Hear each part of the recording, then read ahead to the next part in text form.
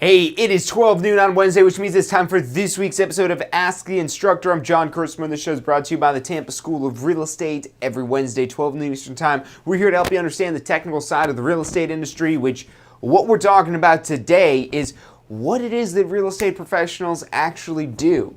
Now look, even if you're already practicing real estate, you might have an idea of what it is that you do. You maybe know pretty well what it is that you do, but then at the same time, do you really know what it is that's most important to what it is you're doing? So this little reality check today is for those of you guys that already have a license, just to get you back into focused on what really matters. And then for you guys that are brand new to real estate, that don't have a real estate license, just kind of helping shed some light on what it is that a good real estate professional actually does. So I'm John Charisma. The show is brought to you by the Tampa School of Real Estate. You're watching Ask the Instructor.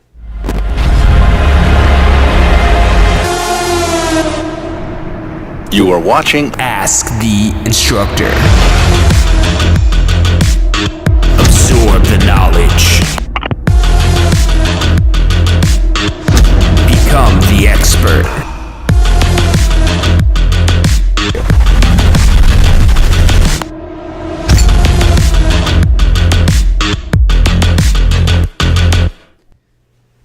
Hey, welcome back to this week's episode of Ask the Instructor. I'm John Kurtzman. This show is brought to you by the Tampa School of Real Estate every single Wednesday at 12 noon Eastern Time. We're here live, helping you understand the technical side of the real estate industry. And what we're talking about today is what it is that a real estate professional actually does. What is it that's actually in your job description? So, pull out our handy-dandy whiteboard here.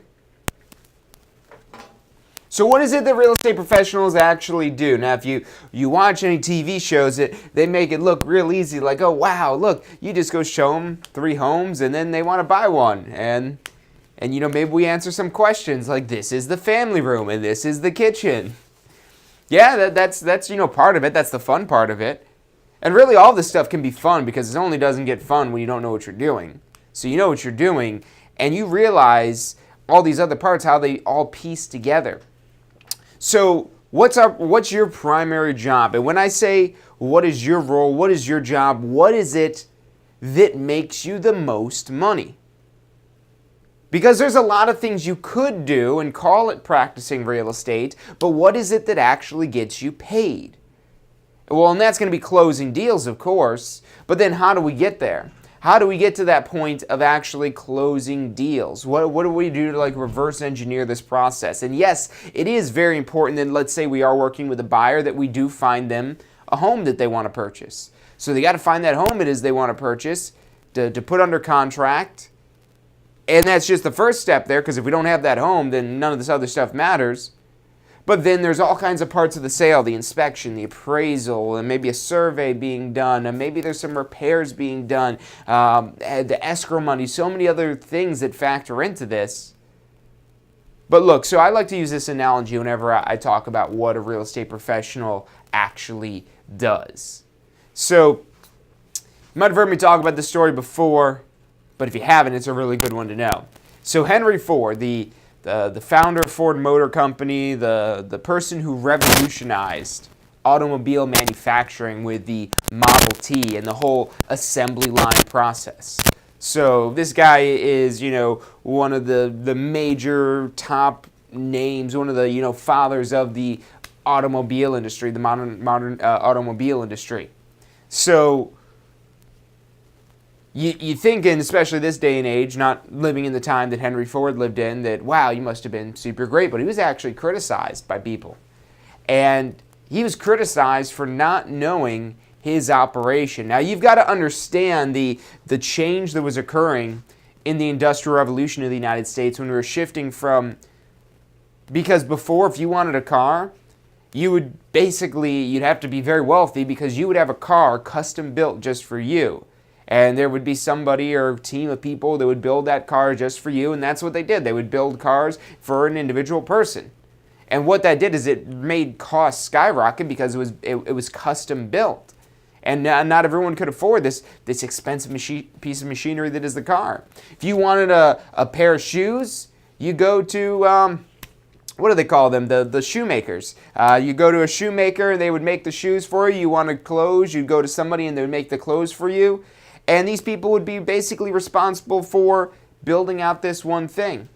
And what Henry Ford kind of represented wasn't necessarily building the tires or building any part of the car, but the idea, the brains of the operation, as it's so clichély called today.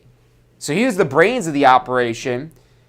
But look, if you're just a brain, let's imagine your body now. If you are literally just your brain, what good is the brain without the rest of the body? What good is the brain without your eyes? What good is the brain without your ears or your nose or your mouth? What good is your brain without the hands to control? What good is your brain without the legs? What good is your brain without the ability to control these other parts of your body? And, there's people that are, that are paraplegics, quadriplegics, and they're still able to, look, even for example, with, like Stephen Hawking, the being completely paralyzed and how he was just, represented so much. So that shows how important the brain is. But then there's all these other things. Stephen Hawking, he needed his little computer thing to be able to communicate. So Henry Ford, he was the brains of this operation. And he kind of understood everything, but then he had, and this is where he took this to another level, is he was the overall brain, but then he had, his hand had its own brain, figuratively speaking. That the people in charge of engineering and designing this Model T, they had their own thing going on, and Henry Ford didn't necessarily know everything that was going on there. And so what he did, because he was criticized, is he brought all these journalists into his office to ask him anything. He was the originator of the AMA, of the Ask Me Anything, so way back before the internet even existed, he's like, yeah, come on in and ask me anything. So he invited these journalists in, they came in to ask him anything, and they would ask him a technical question, like, ooh, this will really stump him, he won't know the answer to this. So they'd ask him that technical question. He said, okay, that's a great question. He'd pick up his phone, make a phone call, relay the question, get the answer, hang up the phone, and give them the answer. And he did this a couple of times, and they said, well, Henry, you don't know any of these answers here. You're just making phone calls, and other people know the answer. And he said, exactly. So I don't seek to know everything. I seek to surround myself with people that have the answers that I don't. And that's what we do in real estate. We surround ourselves with others that have the answers that we don't. We're not there to know everything, but we better know who we could go to get that answer. Maybe it's an appraiser. Maybe it's an inspector. Maybe it's a real estate attorney. Maybe it's a title company. Maybe it's our broker. So we're bringing together, basically, the Henry Ford was the CEO of Ford Motor Company. You're the CEO of every real estate transaction that you deal with. That is your role. And there are some things that we get a little bit more technical, a little bit more in the weeds in. But overall, we're bringing together. So from the transactional standpoint, yes, we're helping them find the home. What we're probably most involved in is negotiating the contract. That's probably where we do the most technical work, is negotiating that contract and negotiating that deal. But then at that point, it becomes where we're bringing together the right people. We're making sure that there is an inspector showing up before that inspection period ends, that we get an appraiser in there, that we make sure that all that occurs. It's not our expense for any of these things. We don't have to do any of these things. But if none of these things happen, we're not going to have a deal that closes. We don't have a deal that closes, nobody gets paid. So we're there to make sure everyone gets paid. We're, again, the CEO of this transaction. But now, understanding that, it's also important to understand how you need to be the CEO of your own business. So, a lot of people, they want to get their real estate license because they want to be their own boss. And hey, that's a great reason to get your real estate license, because you can be your best boss. There's no one that's going to push you more like yourself. But you've got to be that boss, too, on the other end of the spectrum here. You've got to be that one that actually does push you. And then not also just pushes you, but pushes you in the right direction. So we're going to talk about calibrating that all in, making sure that you are the right CEO for your business. And if you're not, how to become that appropriate CEO for your business. But we're going to take a quick commercial break, so stick with us. I'm John Chrismo. You're watching Ask the Instructor.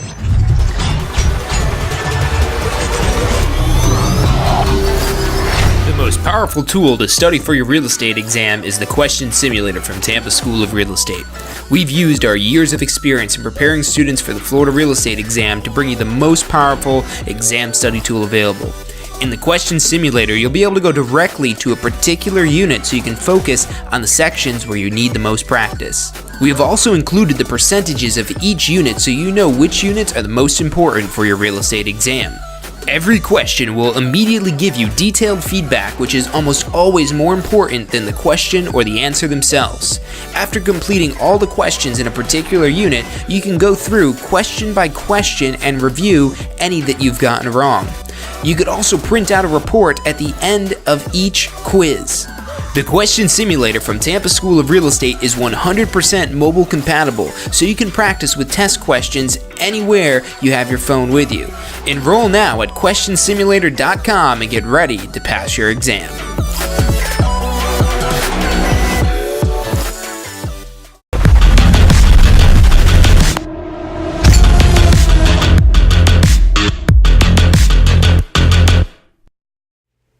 Hey, welcome back to this week's episode of Ask the Instructor. I'm John Chrisman. The show is brought to you by the Tampa School of Real Estate. Every Wednesday, we're here helping you uncover the technical side of the real estate industry. And something that seems really technical, especially at first, but even after you've got your real estate license, is what is my job? What is it that I actually need to do? What is it that I need to do to be real estate, to play real estate, to make money in real estate? And so we already talked about how this role is with your clients in the transactions, that we're the CEO of the transaction, that there's going to be other people involved in the transaction, but we're the one that's in charge. I also heard somebody recently tell me, shared that analogy with me, and this is somebody that actually is in real estate and has a really good understanding of the role as well. And they said they like that, and the analogy they use is that you're basically the president. And I like that one as well, because you can think of yourself, you're the president of the transaction, and the president has all their advisors and staff that, make sure that everything goes according to plan. But also when you're involved with another president, another nation essentially, another agent, another brokerage representing the seller, and maybe you're representing the buyer or vice versa, that you've got to now have these international types of negotiations, essentially. So I really like that explanation as well, kind of looking at it from a different perspective. But look, that's what you do on the client side of things. But going back to that question we asked at the beginning, how do we even get these clients in the first place? How do we get these clients in the first place so that we even have houses to show them or houses to list at the MLS? For, maybe we're working with the seller, where do we find these clients? So again, you are the CEO, and I like the CEO one the best ultimately because that's where you are in your business. You are the CEO. Now, if you're a one-man or one-woman operation, you're not only the CEO, but you're these people underneath it. That you're the also what we call the CFO, the Chief Financial Officer for your finances. Also the COO for operations, Chief Operations Officer. You'll probably also be the CMO for marketing. And then also, computers, they're involved all the time. So you're also going to be the CTO, the Chief Technical Officer. So you've got to wear all these different hats. And ultimately, when it comes down to money, what's going to really probably be the most responsible for new business is your CMO, your marketing hat that you're wearing. And this is where you're attracting new business, where you're going back to your previous clients to seek referrals and seek future business with them. And then also maybe you're farming an area, maybe you're door knocking, maybe you're running ads on Facebook or something like that. But that's what's going to get you new business, because you'll notice that you will tap out your sphere of influence very quickly. That's a great place to start, as your sphere of influence, but you can't count on your sphere of influence for business right now. And that's where marketing comes in to kind of help that business right now. Now, on the other side of things, you're also the CFO. So if we're looking at these as almost like two different sides of the same coin. This is for increasing money, and this is for basically saving money. So increasing revenue and managing expenses. These are these two roles here. Now, something that's very important for you to remember. So let's say that you've got $100,000 in income. Let's say that you've got an income of $100,000.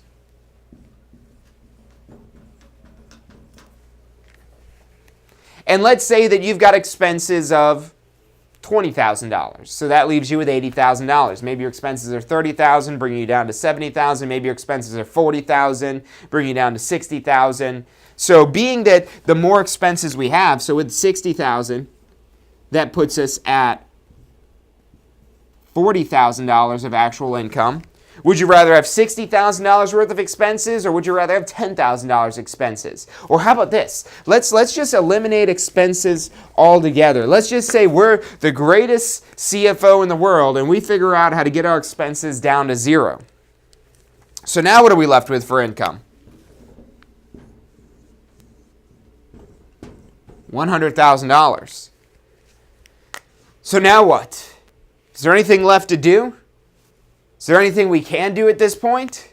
No, there's not. And look, you're never going to get to that zero expenses. There's always going to be expenses involved, even if we just count just renewing your real estate license. I mean, there's an expense right there. But the cost for marketing to get to that $100,000 in the first place, that'll cost you some money. You factor in maybe gas or driving to these showings, that'll cost you some money there. Joining the Association of Realtors and getting access to the MLS, maybe purchasing a website, getting business cards, all these expenses that you're going to have that you with your CFO cap on, you're not going to have that. Oh, and one expense, no matter what, that's really going to ever keep you from getting to the zero here is taxes. So taxes, giving the government their cut of your business. So you're always going to have that expense. And that's something I also want to talk about right now, because here we are we've got April 15th coming up. So a lot of people right now are in tax mode, especially on the more like self-employed or entrepreneur side of things, where you're not necessarily getting a refund, but it's like, oh, how much taxes do I have to pay? And did I save up enough money to pay these taxes? And let me figure out what the changes are in the tax code so I could try to maximize this. Let me go get my copy of TurboTax, or let me use the Credit Karma taxes, or whatever tax service, the H&R Block online taxes, or whatever it is that you're doing. You've got to go back and ask yourself this question. So if we're going to really kind of put sizes on these things here, what you really want to emphasize the least is managing expenses. So let's say here that you've got $50,000 in expenses. So that leaves you here with net income of $50,000. And basically there we're running at 50% of the revenue that we generate, 50% of the overall commission money we generate, 50% of that goes to expenses. So we're making $50,000. Now we already talked about how we could try to get that as close to zero as possible. Let's say we got that down only $10,000, we're making $90,000.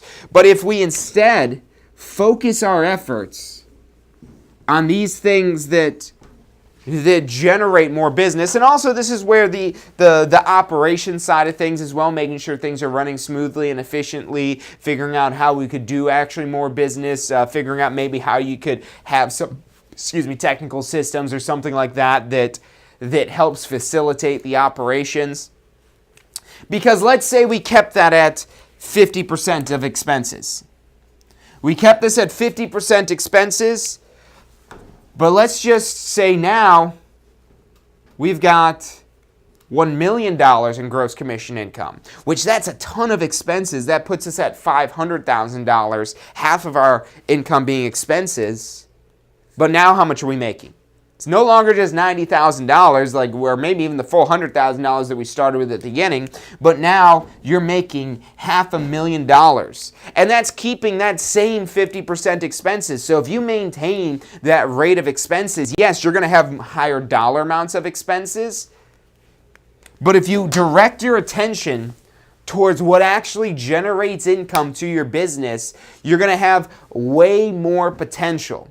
The potential with managing expenses, if we're just trying to manage our expenses down to nothing, we're only going to hit that certain point, and we're not focusing on growing this number at all, growing the actual revenue that we have coming in.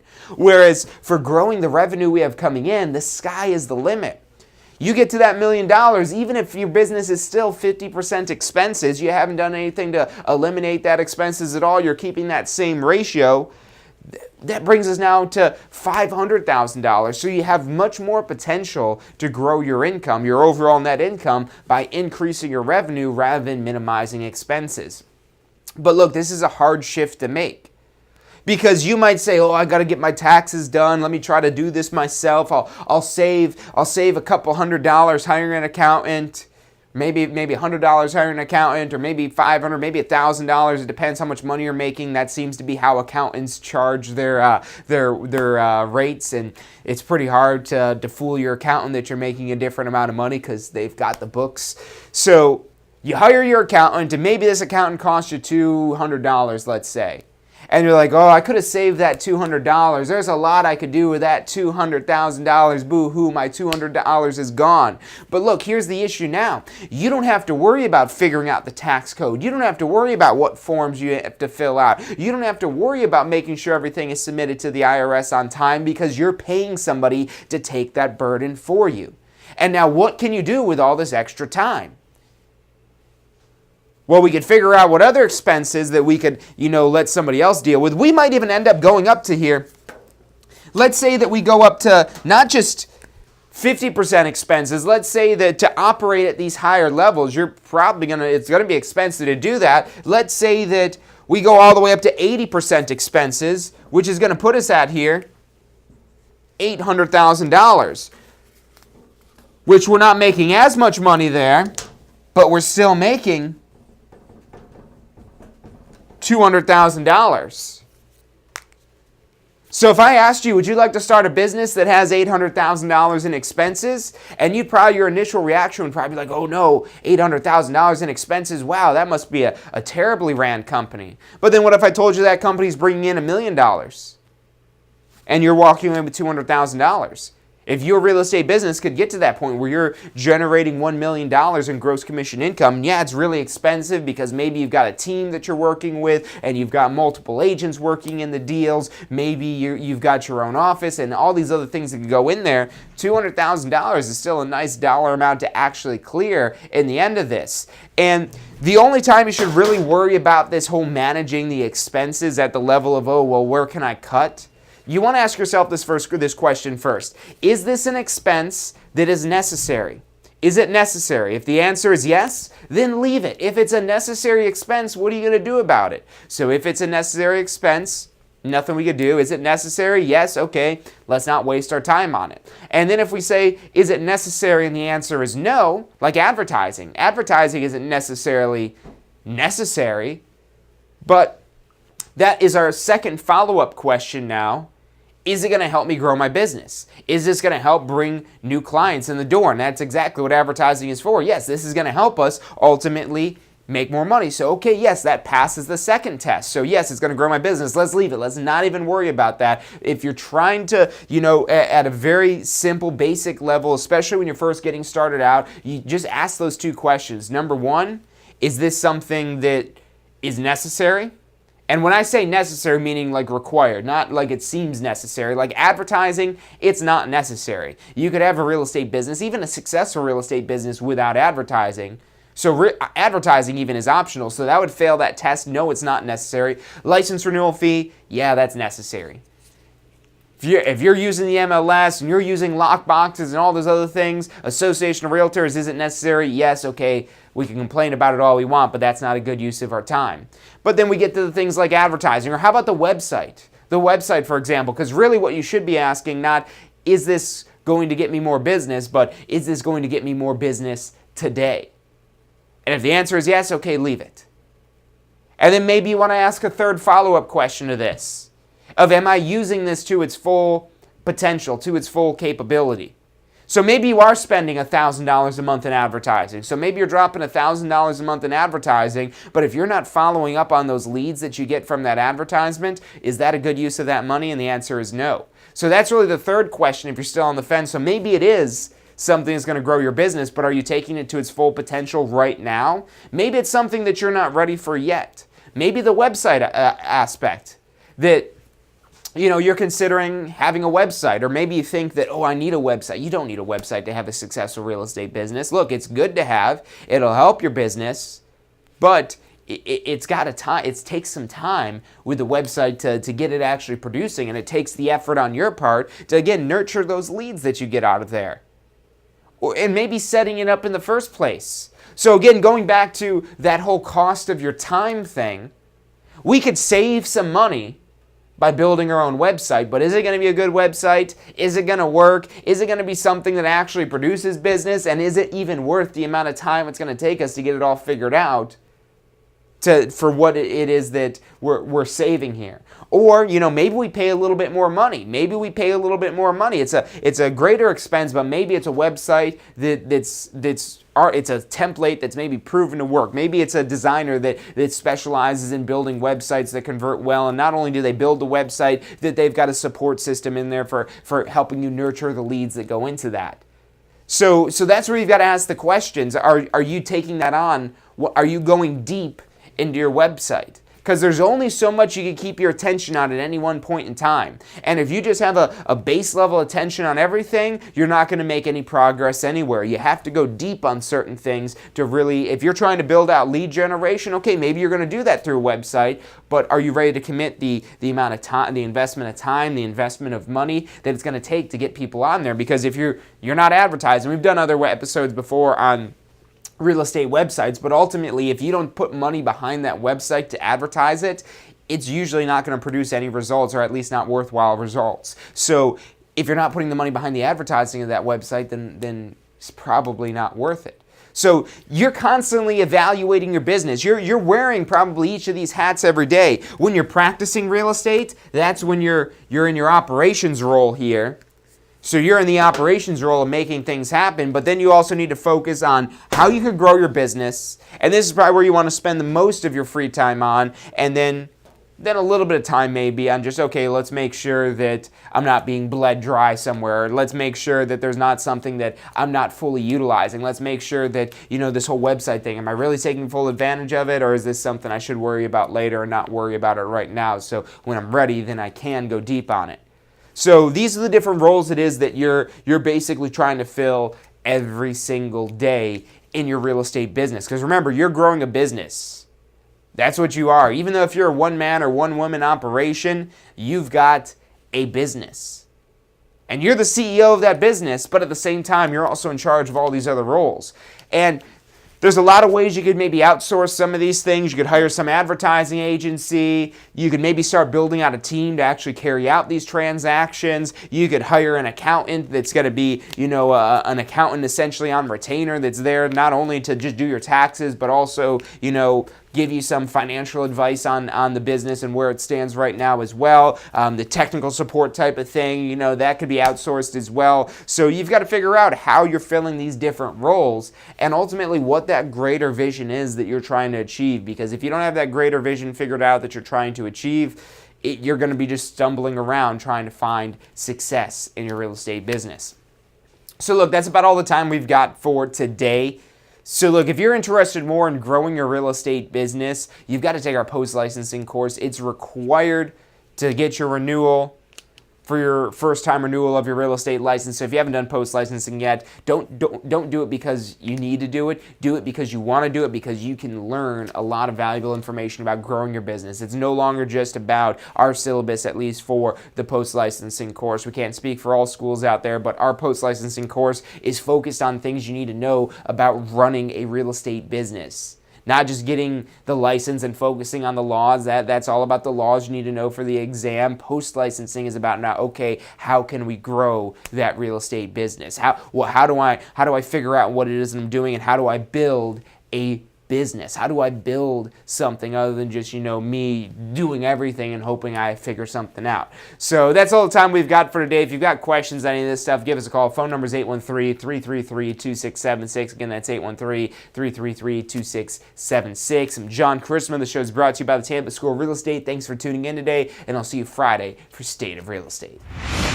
Hey, so if you're thinking about starting a real estate career, it could feel a little overwhelming sometimes. Look, that's completely understandable. That's why we're here to help. If you haven't already, check out our Success Center, tampaschool.com/success, or if you don't even know where to begin, give us a call. We'd love to help you out. We've got advisors standing by to answer any questions you have and assist you in any way it is that we can. Our phone number is 813-928-0106. Again, that's 813-928-0106. Give us a call. We're the Tampa School of Real Estate. Do you want a career that allows you to be in control? With a career in real estate, you'll get to call the shots. Whether you're looking at starting part-time or want to become the next top agent, a career in real estate makes it possible. Find out what it takes at tampaschool.com.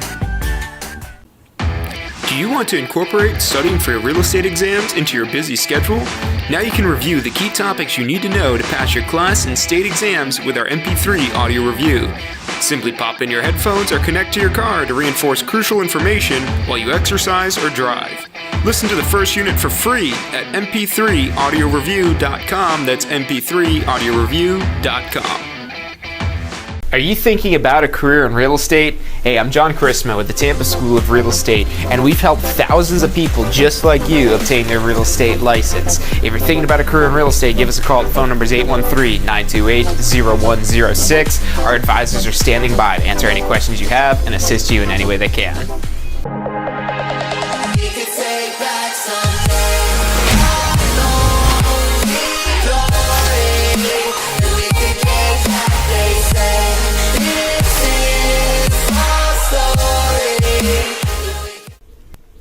Hey, if you're enjoying the show today, which I'm sure you are, be sure to hit like, subscribe, post your comments, share with your friends and family. Thank you guys so much for watching.